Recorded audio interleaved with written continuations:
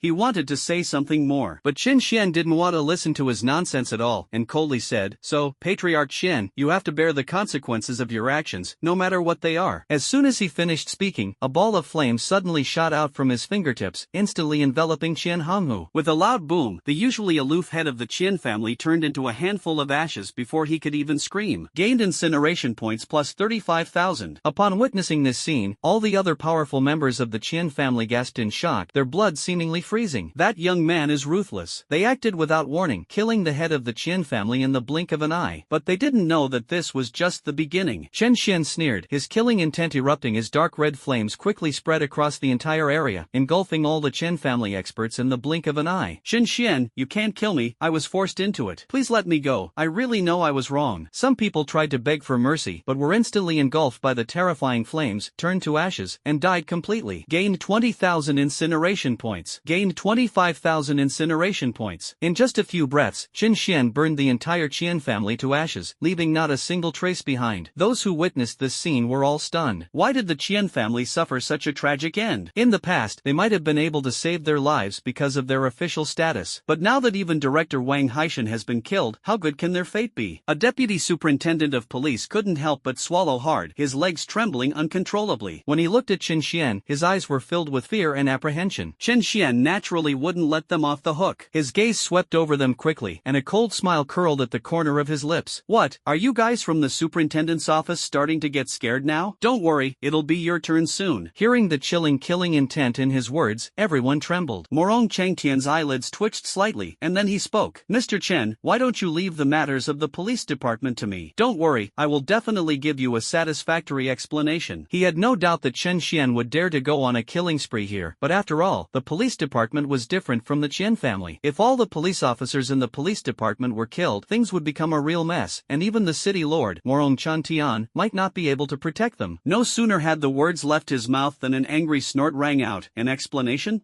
I'd like to see how you plan to explain yourself to him. An elderly figure, slightly hunched over but with an exceptionally powerful aura, suddenly appeared in the arena. The old man appeared, his face grim, and said in a deep voice, No, Morong Changtian, the matters of the police department are none of your business. I have already reported today's events to the enforcement hall. Openly killing the current director is an offense punishable even if you are the city lord. As he spoke, the old man's terrifying aura suddenly filled the entire area, no less than that of Morong Changtian. This old man was clearly also a peak-level expert of the town. It's you? Morong Changtian frowned slightly upon seeing the old man, a hint of seriousness appearing in his eyes. Wang Qingyun, the former superintendent of police, I never expected you to still be alive. As Morong Changtian finished speaking, everyone in the police department showed joy, as if they had found a powerful backer. Chief, you must help us. These people are too arrogant. They don't respect the authority of our police department at all. They are truly hateful. The police officers all sought help. Wang Qingyun's expression was cold and stern. He nodded slightly, glanced coldly at Morong Changtian, and spoke in a calm but firm tone. Morong Changtian, no matter who you're standing up for, I'll handle the police department's affairs. Now, take your men and get out of here. Morong Changtian frowned, his eyes serious, but he did not respond directly. As a senior figure who served as director for decades, Wang Qingyun's background and connections far surpassed those of Wang Haishan. If things fall apart, it won't benefit anyone. Just then, Chen Xian, who had been silent all along, suddenly took a step forward, his gaze cold as he stared directly at Wang Qingyun. Qingyun and said in a cold voice, "Deal with? Ha, that sounds nice, but what are you going to do about it?" As soon as the words fell, as soon as he finished speaking, an even more terrifying aura erupted from Chen Xian, instantly crushing towards Wang Qingyun. The scorching energy caused the surrounding temperature to rise sharply, turning the entire cell into a giant furnace. Wang Qingyun's already extremely powerful aura, enough to rival Morong Changtian's, subtly diminished. The expressions of everyone around them changed drastically. The prisoners were even more shocked, their eyes filled with horror and awe. How come this kid's strength seems to have no end? Even the imposing aura of the veteran commander, who was at the peak of his military prowess, was suppressed by him. The faces of the police superintendents instantly turned ugly. Just moments ago, they were overjoyed at Wang Qingyun's appearance, but now their eyes are wide with fear. Chen Xian's strength far exceeded their expectations. He was likely even stronger than the old director. Wang Qingyun was so intimidated by this powerful aura that he staggered back several steps. His brows furrowed, and he stared coldly at Chen Xian, his eyes filled with apprehension and a hint of anger. He asked in a cold voice, "What? Are you now challenging the authority of the police department?" Although Wang Qingyun was shocked by Chen Xian's power, he was not afraid. What good is strength if you're powerful? The depth and influence of the police superintendent's office is beyond the imagination of ordinary people. Chen Xian sneered, "So what if I challenge you? Since your police department is unjust in its enforcement of the law, what's wrong with me wiping you all out?" Wang Qingyun's face suddenly turned gloomy, and an uncontrollable killing intent burst forth in his eyes. This was the first time he had ever seen someone so arrogant, daring to publicly declare that he would destroy the police department. "You're the arrogant one," he roared. At this moment, Morong Changtian seemed to have made up his mind. He stepped forward and blocked Wang Qingyun's path, coldly saying, "Chief Wang, I respect you as a senior of the human race, but that doesn't mean I'll let you do whatever you want. Do you really want to fight me today? Morong Changtian, you've got some guts. Do you really think I'm afraid of you?" Wang Qingyun sneered, and with a wave of his hand, he produced a small pagoda from thin air. As soon as the small tower appeared, it unleashed an overwhelming momentum that covered the entire field. The small tower emitted a dazzling light, as if it contained a powerful force capable of destroying heaven and earth. Upon seeing this, Morong Changtian's expression turned to disbelief. The mountain-suppressing pagoda? If I remember correctly, isn't this the magic weapon of that important figure in the law enforcement hall? How did it end up in your hands?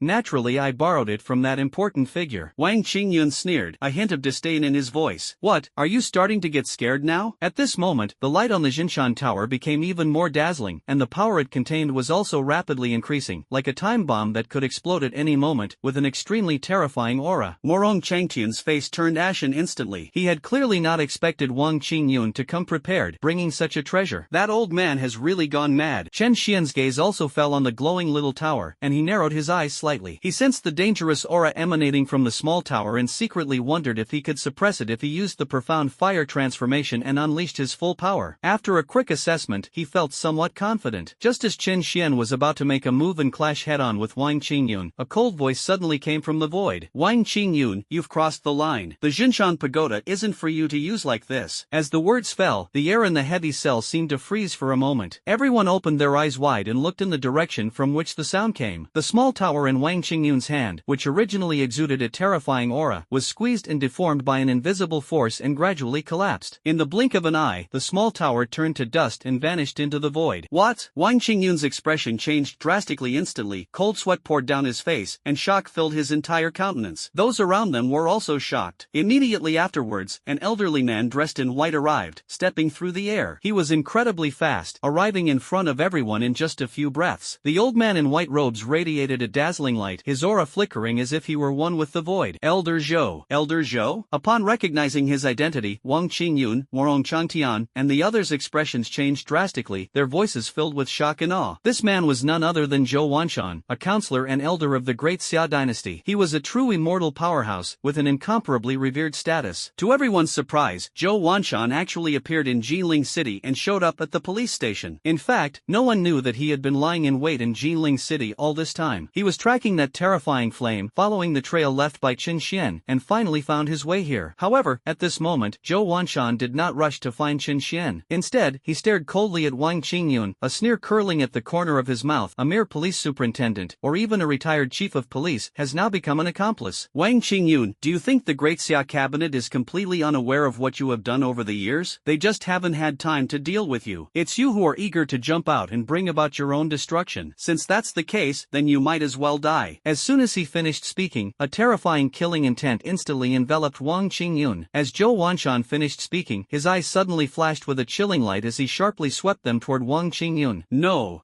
old Zhou, I know I was wrong. Wang Qingyun immediately felt his hair stand on end and a chill run down his spine. He subconsciously wanted to beg for mercy. At that moment, he felt as if a heavy shadow of death was looming over his heart. But before he could finish speaking, the powerful body of the general, containing immense energy, began to crumble and disintegrate. Within moments, everyone heard a crisp cracking sound. Immediately afterwards, this former police chief, a powerful figure at the peak of the town's defense, was reduced to countless fragments and vanished into the world right before everyone's eyes. Witnessing this scene, everyone stared in shock, their hearts filled with boundless fear. A peak-level expert of the town was actually dead just like that? Inside the heavy-duty cell, every face was filled with terror, their expressions were stiff, and their pupils were filled with shock. What was happening before their eyes completely overturned all their understanding. It should be noted that in Jinling City, the strongest warriors at the peak of the town's defenses are already considered to be at the pinnacle. However, at this moment, in front of Elder Zhou, such a powerful figure seemed as insignificant as an ant. Even Chen Xian was slightly shocked when he saw this scene, and a look of shock flashed in his eyes. With just a glance, he killed a peak-level expert of the town? Just what kind of strength does this possess? Although Chen Xian was confident that he could kill a peak-level town general, and even if he unleashed his full power, it was not impossible for him to kill Wang Qingyun in one move. But if he could kill someone with just a glance, Chen Xian could never do it. At this moment, he truly realized how terrifying the real strongmen in this world are. It seems my strength has improved too quickly lately, and I'm bound to get a little cocky. There are still plenty of strong people in this world, Chen Xian thought to himself. Despite being shocked by Zhou Wanshan's strength, he did not feel despair. After all, he has a system, so surpassing Zhou Wanshan is only a matter of time. Apart from Chen Xian, there were almost no other people present who could remain calm at this moment. Even Morong Changtian stood frozen in place, unable to recover for a long time. The other police officers were filled with shock and fear. Many people were so frightened that they knelt down and kowtowed to Zhou Wanshan, begging for mercy while sobbing uncontrollably. Mr. Zhou, we were actually forced into this by Wang Haishan. We didn't want to get involved at all. Mr. Zhou, spare my life. I have elderly parents and young children to support. I cannot die. In an attempt to save their lives, the police officers were all in tears, pleading with each other. However, Zhou Wanshan sneered, showing no pity whatsoever. If Chen Xian hadn't been powerful enough, if Morong Changtian hadn't appeared in time, and if I hadn't arrived myself, what would have happened next was almost self-evident. These powerful figures in the police force appear innocent on the surface, but in reality, they are aiding and abetting evil and acting in concert with the perpetrators. Zhou Wanshan didn't even bother to look at them, and went straight to Morong Changtian and said, "You can deal with these parasites." Morong Changtian's heart skipped a beat, and he immediately nodded. No,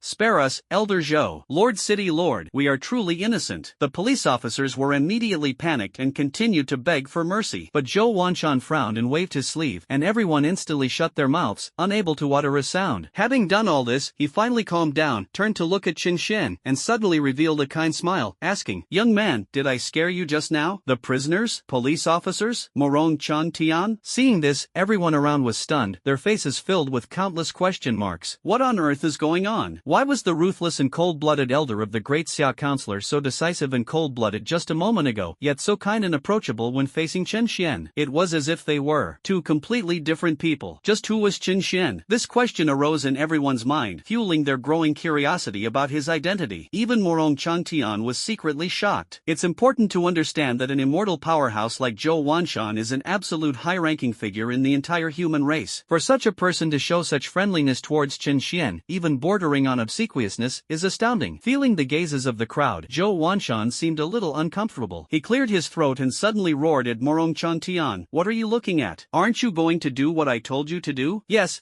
please don't be offended, Elder Zhou, I'll take care of it right away. Morong Changtian instantly regained his senses, took a deep breath, turned to look at the police officers, raised his hand and waved his hand. The terrifying strength of a peak-level town general was unleashed, sweeping everyone up and forcibly taking them away. A short while later, all the powerful officers from the police station were taken away by Morong Changtian. Then, screams of agony and pleas for mercy filled the air outside. Although no one had witnessed it firsthand, they could almost imagine what had happened outside. The prisoners huddled together, afraid to utter a sound. What had transpired there today was truly terrifying. Zhou Wanshan and Chen Xian seemed oblivious to the screams outside, remaining calm and composed. Zhou Wanshan looked at Chen Xian, offering a friendly smile, and took the initiative to speak. "Young friend, let me introduce myself first. My name is Zhou Wanshan, an elder of the Great Xia Council, and my cultivation has barely reached the immortal realm. May I ask how I should address you, young brother?" Zhou Wanshan showed no airs at at all when facing the young Chen Xian. Chen Xian is still a student, Chen Xian said concisely and clearly, showing neither fear nor obsequiousness despite Zhou Wanshan's power. Zhou Wanshan was slightly taken aback, but considering Chen Xian's age, he understood and nodded in agreement. After thinking for a moment, he smiled and said to Chen Xian, "How about this? I think we get along quite well, so how about I call you Brother Chen from now on?" Just then, Morong Changtian returned after dealing with the police officers and was stunned by what he heard. He was shocked. Zhou Wanshan was already calling Chen Xian brother, so what should he call him? At this moment, Morong Changtian couldn't help but grit his teeth, his heart gradually becoming numb from the continuous shock. To be honest, everything that had happened today was equally shocking to him. The city lord of Jinling City, Chen Xian's terrifying strength, the appearance of Counselor Elder Zhou Wanshan, and Zhou Wanshan's attitude towards Chen Xian, all of this was completely beyond his expectations. However, no one knew what he was thinking at this moment. Zhou Wanshan seemed not to have noticed him either, and said to Chen Xian with a smile, "Brother Chen, I came to Jinling City this time specifically to see you. There is something I would like to ask you to come with me. What do you think?" Chen Xian frowned slightly upon hearing this, not answering directly but pondering in his heart. Although he didn't doubt Zhou Wanshan's intentions, after all, the other party was an immortal powerhouse and an elder of the Great Xia Council. If he truly wanted to deal with him, he wouldn't need to go to such lengths. Moreover, he clearly sensed goodwill from the other party's attitude and tone. But this matter, he probably couldn't agree to. While Chen Xian remained silent, Zhou Wanshan mistakenly thought he was worried about trouble and quickly explained, "Brother Chen, don't worry, I won't harm you. This matter is also a great thing for you." As he finished speaking, his eyes were full of eagerness and expectation. Upon seeing this scene, Morong Changtian couldn't help but gasp. Chen Xian's luck is truly astonishing. Although he didn't know exactly what Zhou Wanshan meant by good thing, he could tell from Zhou Wanshan's expression that this was probably an extremely important opportunity. Thinking of this, Morong Changtian couldn't help but show a hint of envy. Chen Xian didn't have to put in any effort. This incredible opportunity just came to him on its own. It's infuriating to compare. Just as Morong Changtian was filled with envy, thinking that Chen Xian would agree without hesitation, Chen Xian shook his head and said in a calm tone, "I'm sorry, Brother Zhou, I'm afraid I don't have time right now." Hearing Chen Xian's unusually calm words, Morong Changtian felt a chill run down his spine. How could something so important be so easily rejected? He couldn't help but worry about Chen Xian. If possible, he even had the audacity to stand up and say, "Old Zhou, he doesn't have time, but I do. Do you think I have a chance?" Fortunately, Morong Changtian still had some sense of shame and didn't do anything so disgraceful. Even so, he couldn't help but wink at Chen Xian, hinting that he should agree. In any case, Chen Xian is a genius of Jinling City. If he can become even stronger, it will be a great thing for the entire city. However, Chen Xian ignored his gesture and remained unusually firm in his stance. No matter how Zhou Wanshan tried to persuade him, he just shook his head and resolutely refused. After several unsuccessful attempts to persuade him, Zhou Wanshan could only ask out of curiosity and helplessness, "Brother Chen, you keep saying you don't have time. Is there something important that you need to do?" "I have an exam today, and if I don't go back soon, I might miss it." Chen Xian made no attempt to hide his true feelings and spoke frankly. He was still thinking about going back and giving them a good slap in the face. "If I even miss the exam, how can I face those classmates?" Having the ability but not proving it made Chen Xian feel very uncomfortable. Moreover, even if what Zhou Wanshan said is true, that going there would bring enormous benefits, to be honest, Chen Xian wasn't particularly interested in this. After all, for him, the greatest opportunity was undoubtedly the system. Other than that, the so-called benefits were actually dispensable to Chen Xian. Upon hearing Chen Xian's reply, Zhou Wanshan was taken aback for a moment, then smiled and nodded, saying, "Exams are a good thing. Exams are a good thing. Anyway, that matter isn't urgent, and if it's just taking the exam, there's plenty of time." In that case, Brother Chen, just focus on taking the exam. If Chen Xian has other matters to attend to, Zhou Wanshan might have a headache. But since it's just an exam, it's not a big deal. After thinking for a moment, Zhou Wanshan looked at Chen Xian with burning eyes and asked with a smile, "Brother Chen, may I take a look at your body?" He wanted to finally confirm whether the person he had been searching for was indeed Chen Xian, although I was already 99% certain. But there's always a chance of something going wrong. Okay. Chen Xian glanced at him, and this time did not refuse, nodding and extending his arm. Zhou Wanshan placed his hand on Chen Xian's arm, closed his eyes, and began to examine him. However, the moment he closed his eyes and infused his senses into Chen Xian's body, a raging fire suddenly rose in his mind. There was only one flame at first. In the blink of an eye, it turned into 2, 3. In the end, for strange flames flickered and burned in Zhou Wanshan's mind, emitting terrifying high temperatures, as if they were about to burn through his sea of consciousness. Zhou Wanshan's pupils suddenly contracted, and he abruptly withdrew his hand, his eyes filled with shock and joy. That's right. The terrifying flames he had been feeling were emanating from Chen Xian. Good, excellent.